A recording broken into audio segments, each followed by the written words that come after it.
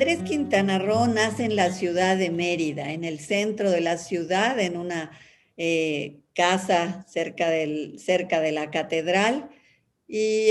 vive prácticamente su infancia y juventud en esta ciudad. Él forma parte de una familia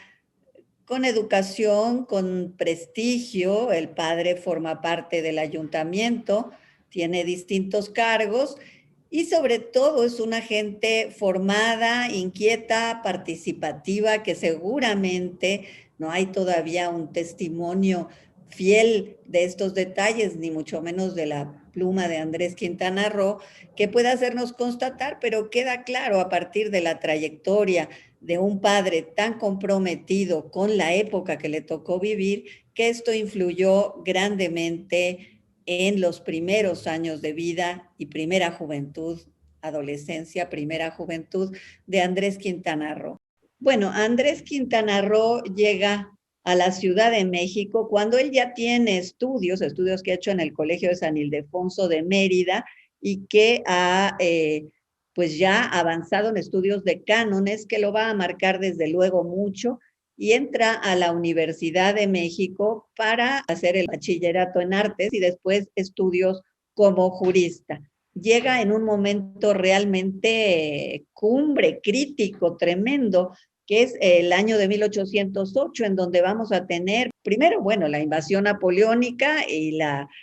todas las cesiones de la corona por parte de Carlos IV y Fernando VII a manos de Napoleón para que las pase a su hermano José Bonaparte, y todo el impacto de este acontecimiento en el virreinato de la Nueva España. En ese mismo momento, el joven Andrés Quintana Roo, está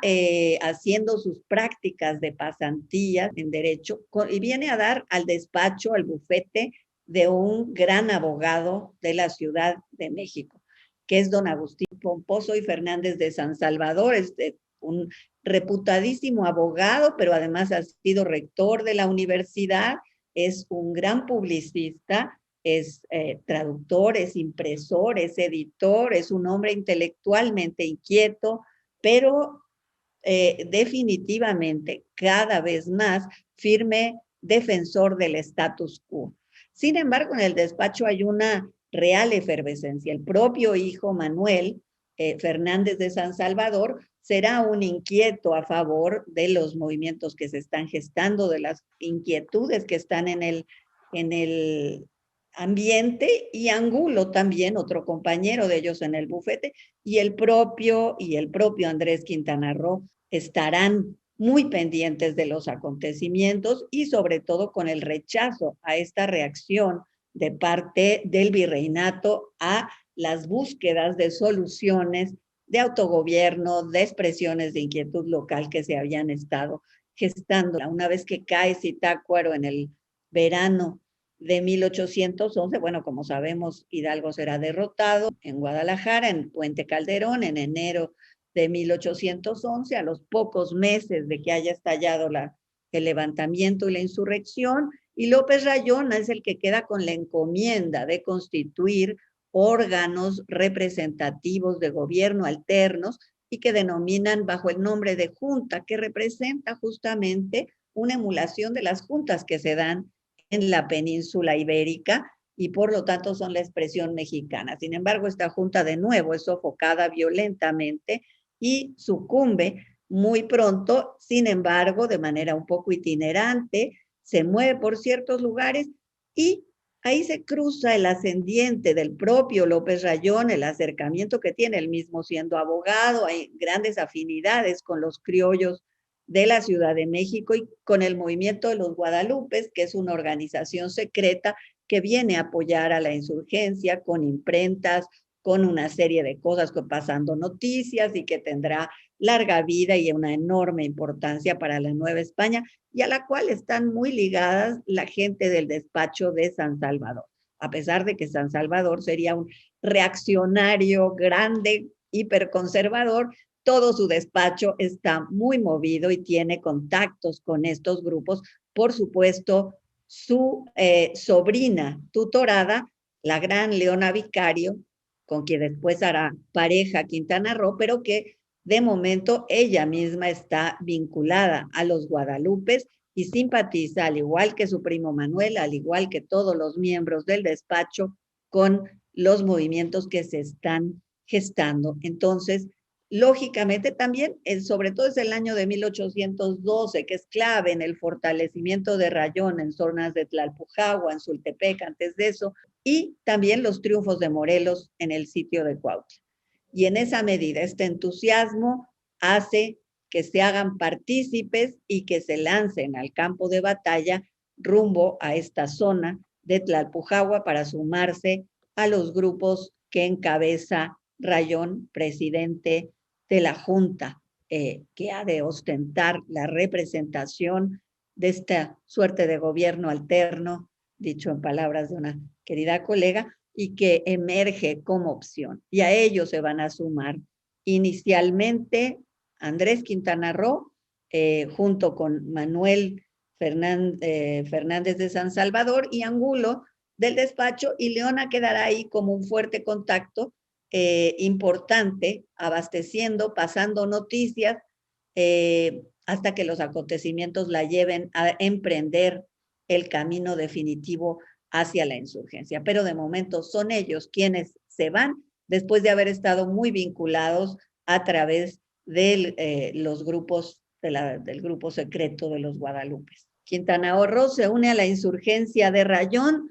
y inmediatamente destacará como gran intelectual. Lo suyo era la pluma, lo suyo no eran las armas, pero muy pronto los insurgentes se habían dado cuenta de que no es que solo hicieran falta armas y valor y batallas que urgían, desde luego, sino que hubiera intelectuales que pudieran acercar al movimiento a las ideas más lúcidas, más ricas del momento. Y yo creo, sobre todo tras leer y releer algunas cosas, que aún no ha sido sacado el suficiente provecho de la riqueza de los aportes intelectuales de Quintana al movimiento insurgente. Después de eso, pues,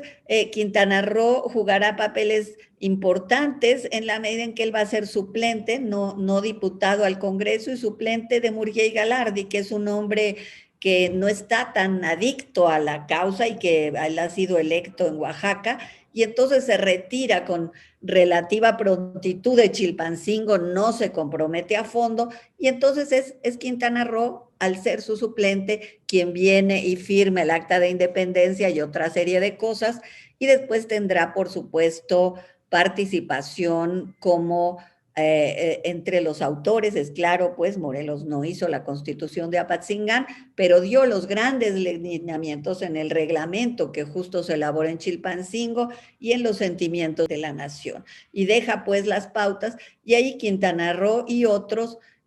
sin duda alguna van a hacer aportes. El papel que les toca jugar como diputados no siempre, él no estará presente al momento en que se emite la Constitución, pero habrá otras figuras clave que estarán en papeles secundarios, como el propio Carlos María Bustamante, en fin, que fueron los que iluminaron sobre todo el pensamiento constitucionalista que desemboca en el documento de Apatzingán y en el pensamiento de Morelos, que estará hilando todo esto detrás. Entonces, sí, el aporte de Quintana Roo en ese momento es inmenso y a la vez es discreto, es generoso, y lo vemos ocupando posiciones cruciales. Si uno se empapa, reitero, en su obra periodística y en su obra posterior, uno se da cuenta del calado y la hondura de estas ideas constitucionalistas jurídicas relacionadas con la libertad de poderes. Omití decir que desde luego en las páginas del periódico la defensa de las libertades de expresión, libertades de creencias, están profundamente arraigadas en él. Y esto es una diferencia importante, puesto que hay a veces intelectuales de la insurgencia, como Carlos María Bustamante, que se asustan cuando hay que acabar con el Tribunal de la Inquisición. No sería el caso en este comparativo de las expresiones que encontramos en Quintana Roo, e incluso la trayectoria posterior de Quintana Roo nos va a refrendar la claridad que tuvo en torno a los derechos del hombre, a las libertades individuales, al pensamiento constitucional. León ha merecido en los últimos años mucho reconocimiento. El año pasado fue un año dedicado a ella y pues no es coincidencia, ¿no? También los movimientos por la igualdad de las mujeres han retomado esta figura que hay que reconocer que la patria había reconocido desde antes. Realmente en los años 40 ya se le empiezan a tributar homenajes, y que hay que decir que su compañero de vida y marido también lo había así reconocido, y amerita decirlo ahora que retomamos un punto crucial de la historia de Quintana Roo, y es que él, en los años en que la insurgencia se repliega, en que el Congreso se traslada a Tehuacán, él mismo esperando una hija que será Genoveva, que nacerá en una cueva en condiciones muy difíciles, lo que denota pues el valor de Leona Vicario y de su compañero. Realmente tiene que atender los asuntos familiares. Quedan en condiciones en esta zona en donde cruzan los actuales Estado de México y Michoacán, con ciertos desplazamientos, con relaciones cercanas con poblaciones, jugando un papel, pero también un poco a la expectativa. Es hasta 2, 3 años después que ellos van a indultarse, ya en condiciones muy difíciles. No era una decisión fácil, sin embargo, pues la insurgencia ya languidecía. Además, había toda una política de indultos y de conciliación de parte del gobierno virreinal y de la monarquía misma, con todo y su absolutismo. Las indulgencias vienen y ellos se acogen y podrán quedar en la ciudad de Toluca, con vistas a formar familia. Desde luego, Leona ha perdido el patrimonio que tenía. Leona venía de una familia pues rica, sí, con recursos, había quedado huérfana, se había criado, bueno, con una gran cultura, y en gran medida ella misma era autodidacta. Sí conocemos su biblioteca, sí conocemos sus lecturas, los seudónimos que usaba, que nos remiten pues a figuras siempre críticas, siempre de propuestas de reforma y de renovación en todos los terrenos, ¿no? Intelectuales, literarios, religiosos incluso. Y entonces forma pareja con Quintana Roo. De hecho, cuando se conocen, ella ya tenía pues toda una cultura propia, pero encuentra una gran coincidencia con este personaje que había llegado al bufete de su tío, que era su tutor, y se enamoran efectivamente. Entonces, cuando no, Leona se lanza a la insurgencia, se lanza de mutuo propio. Ya la han encarcelado, ya ha pasado miles de aventuras, escapándose de donde la habían encerrado, haciendo una cantidad de cosas para unirse a la insurgencia, rumbo allá en el periodo de los 13, hacia la zona de Oaxaca, cuando Morelos está por allá y antes del traslado a Chilpancingo. Entonces, ciertamente hacen una pareja que, hay que decirlo, es bastante excepcional. A 170 años de la muerte de Andrés Quintana Roo, en abril de 1851, es bueno recordar a esta gran figura del México independiente. Ingresó muy joven a las filas de la insurgencia, contribuyó con su pluma y con su consistencia a la obra constitucional de este país, y pasó a la vida independiente de México como un ejemplo para las jóvenes generaciones liberales que habrían de forjar la nación mexicana. Entrañable y firme compañero de Leona Vicario,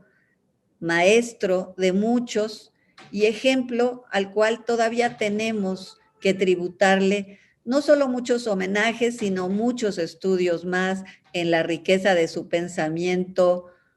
como jurista, como constitucionalista y como gran forjador de la opinión pública de este país en sus primeros años de vida independiente.